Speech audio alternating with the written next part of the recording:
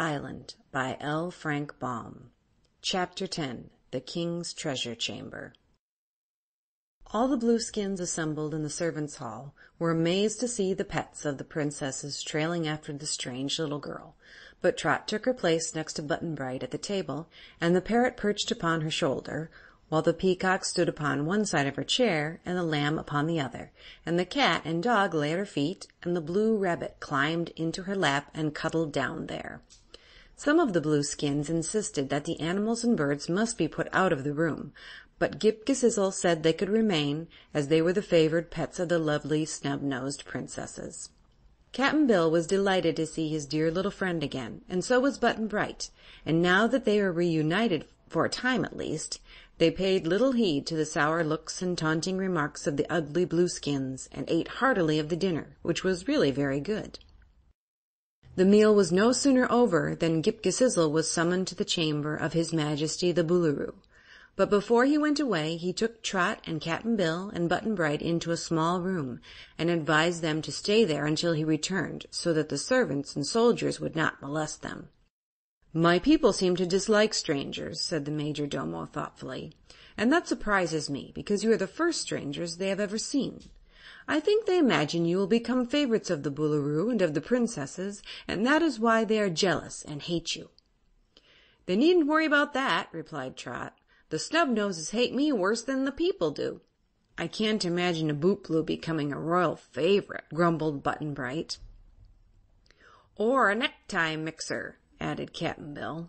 "You don't mix neckties, you're a nectar mixer," said Ghip-Ghisizzle, correcting the sailor.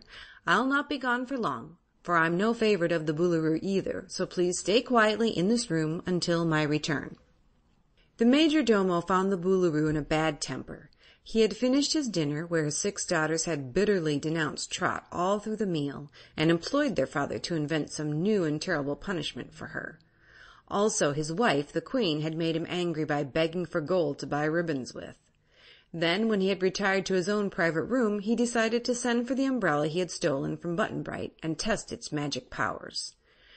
But the umbrella in his hands proved just as common as any other umbrella might. He opened it and closed it and turned it this way and that, commanding it to do all sorts of things. But of course the magic umbrella would obey no one but a member of the family that rightfully owned it. At last the Boolooroo threw it down and stamped upon it, and then kicked it into a corner, where it rolled underneath a cabinet. Then he sent for Ghip-Ghisizzle. "Do you know how to work that magic umbrella?" he asked the major-domo. "No, your Majesty, I do not," was the reply. "Well, find out. Make the Whiteskins tell you so that I can use it for my own amusement." "I'll do my best, your Majesty," said Ghip-Ghisizzle. "You'll do more than that, or I'll have you patched," roared the angry Boolooroo. "And don't waste any time either, for as soon as we find out the secret of the umbrella, I'm going to have the 3 strangers march through the Arch of Finis, and that will be the end of them." "You can't do that, your Majesty," said the major-domo. "Why can't I?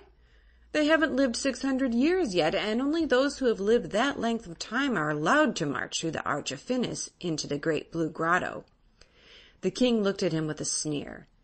"Has anyone ever come out of that arch alive?" he asked. "No," said Ghip-Ghisizzle, "but no one has ever gone into the Blue Grotto until his allotted time was up." "Well, I'm going to try the experiment," declared the Boolooroo. "I shall march these 3 strangers through the arch, and if by any chance they come out alive, I'll do a new sort of patching. I'll chop off their heads and mix them up, putting the wrong head on each of them. Ha, ha! Won't it be funny to see the old Moon-Face's head on that little girl? Ho, ho! I really hope they'll come out of the Great Blue Grotto alive." "I also hope they will," replied Ghip-Ghisizzle. "Then I'll bet you 4 buttonholes they don't. I've a suspicion that once they enter the Great Blue Grotto, that's the last of them." Ghip-Ghisizzle went away quite sad and unhappy. He did not approve the way the strangers were being treated, and thought it was wicked and cruel to try to destroy them. During his absence, the prisoners had been talking together very earnestly. "We must get away from here somehow or other," said Cap'n Bill. "But of course we can't stir a step without the magic umbrella." "No, I must surely manage to get my umbrella first," said Button-Bright. "Do it quick, then," urged Trot, "for I can't stand those snub-noses much longer." "I'll do it tonight," said the boy. "The sooner the better, my lad," remarked the sailor. "But seeing as the blue Boolooroo has locked it up in his treasure chamber, it mayn't be easy to get a hold of." "No, it won't be easy," Button-Bright admitted, "but it has to be done. Cap'n Bill, there's no use waiting any longer. No one here likes us, and in a few days they may make an end of us." "Oh, Button-Bright, there's a blue wolf in the treasure chamber!" exclaimed Trot. "Yes, I know." "And a patched man on guard outside," Cap'n Bill reminded him. "I know," repeated Button-Bright. "And the key's in the king's own pocket," added Trot despairingly. The boy nodded. He didn't say how he would overcome all these difficulties, so the little girl feared they would never see the magic umbrella again. But their present position was a very serious one, and even Cap'n Bill dared not advise Button-Bright to give up the desperate attempt. When Ghip-Ghisizzle returned, he said, "You must be very careful not to anger the Boolooroo, or he may do you a mischief. I think the little girl had better keep away from the princesses for tonight unless they demand her presence. The boy must go for the king's shoes and blue them and polish them and then take them back to the royal bedchamber. Cap'n Bill won't have anything to do, for I've ordered Tiggle to mix the nectar." "Thank you, friend Sizzle," said Cap'n Bill. "Now follow me and I will take you to your rooms." He led them to the rear of the palace, where he gave them 3 small rooms on the ground floor, each having a bed in it. Cap'n Bill's room had a small door leading out to the street of the city, but Ghip-Ghisizzle advised him to keep his door locked, as the city people would be sure to hurt the strangers if they had the chance to attack them. "You're safer in the palace than anywhere else," said the major domo, "for there's no way you can escape from the island, and here the servants and soldiers dare not injure you for fear of the Boolooroo." He placed Trot and her 6 pets, which followed her wherever she went, in one room, and Cap'n Bill in another, and took Button-Bright away with him to show the boy the way to the king's bedchamber. As they proceeded, they passed many rooms with closed doors, and before one of these a patched Blueskin was pacing up and down in a tired and sleepy way. It was Jim Fred Jinks Jones, the double of the Fred Jim Jones Jinks they had talked with in the servants' hall, and he bowed low before the major domo. "This is the king's new boot blue, a stranger who has lately arrived here," said Ghip-Ghisizzle, introducing the boy to the patched man. "I'm sorry for him," muttered Jimfred. "He's a queer-looking chap, with his pale yellow skin, and I imagine our cruel Boolooroo is likely to patch him before long as he did us." "No, he won't," said Button-Bright positively. "The Boolooroo is afraid of me." "Oh, that's different," said Jimfred. "You're the first person I ever knew that could scare our Boolooroo." They passed on, and Ghip-Ghisizzle whispered, "That is the royal treasure chamber." Button-Bright nodded. He had marked the place well, so he couldn't miss it when he wanted to find it again. When they came to the king's apartments, there was another guard before the door, this time a long-necked soldier with a terrible scowl. "This slave is the royal boot blue," said Ghip-Ghisizzle to the guard. "You will allow him to pass into his majesty's chamber to get the royal shoes and return them when they are blued." "All right," answered the guard. "Our Boolooroo is in an ugly mood tonight. It will go hard with this little short-necked creature if he doesn't polish the shoes properly." Then Ghip-Ghisizzle left Button-Bright and went away, and the boy passed through several rooms to the royal bedchamber, where his majesty sat undressing. "Hi there! What are you doing here?" he roared as he saw Button-Bright. "I've come for the shoes," said the boy. The king threw them at his head, aiming carefully, but Button-Bright dodged the missiles, and one smashed a mirror while the other shattered a vase on a small table. His majesty looked around for something else to throw, but the boy seized the shoes and ran away, returning to his own room. While he polished the shoes, he told his plans to Cap'n Bill and Trot, and asked them to be ready to fly with him as soon as he returned with the magic umbrella. All they need to do was to step out into the street through the door of Cap'n Bill's room and open the umbrella. Fortunately, the seats and the lunch basket were still attached to the handle, or so they thought, and there would be nothing to prevent their quickly starting on the journey home. They waited a long time, however, to give the Boolooroo time to sleep, so it was after midnight when Button-Bright finally took the shoes in his hand and started for the royal bedchamber. He passed the guard of the royal treasury, and Fred Jim nodded good-naturedly to the boy. But the sleepy guard before the king's apartments was cross and surly. "What are you doing here at this hour?" he demanded. "I'm returning His Majesty's shoes," said Button-Bright. "Go back and wait till morning," commanded the guard. "If you prevent me from obeying the Boolooroo's orders," returned the boy quietly, "he will probably have you patched."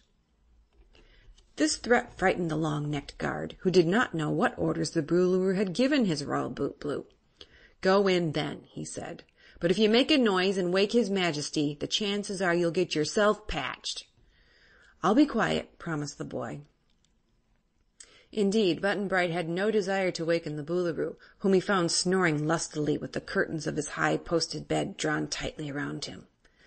The boy had taken off his own shoes after he passed the guard, and now he tiptoed carefully into the room, set down the royal shoes very gently, and then crept to the chair where His Majesty's clothes were piled.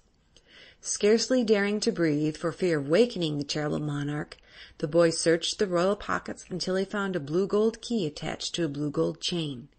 At once he decided this must be the key to the treasure chamber, but in order to make sure he searched in every other pocket without finding another key. Then Button-Bright crept softly out of the room again, and in one of the outer rooms he sat down near a big cabinet and put on his shoes. Poor Button-Bright did not know that lying disregarded beneath that very cabinet at his side was the precious umbrella he was seeking, or that he was undertaking a desperate adventure all for nothing. He passed the long-necked guard again, finding the man half asleep, and then made his way to the treasure chamber. Facing Jimfred, he said to the patched man in a serious tone, "His Majesty commands you to go at once through the corridor leading to the apartments of the 6 snub-nosed princesses, and to guard the entrance until morning. You are to permit no one to enter or leave the apartments." "But, good gracious!" exclaimed the surprised Jimfred. "Who will guard the treasure chamber?" "I am to take your place," said Button-Bright. "Oh, very well," replied Jimfred. "This is a queer freak for our Boolooroo to indulge in, but he's always doing something absurd. You're not much of a guard, seems to me, but if anyone tries to rob the treasure chamber, you must ring this big gong, which will alarm the whole palace and bring the soldiers to your assistance. Do you understand?" "Yes," said Button-Bright. Then Fred Jim stalked away to the other side of the palace to guard the princesses, and Button-Bright was left alone with the key to the treasure chamber in his hand. But he had not forgotten that the ferocious blue wolf was guarding the interior of the chamber, so he searched in some of the rooms until he found a sofa pillow, which he put under his arm, and then returned to the corridor. He placed the key in the lock, and the bolt turned with a sharp click. Button-Bright did not hesitate.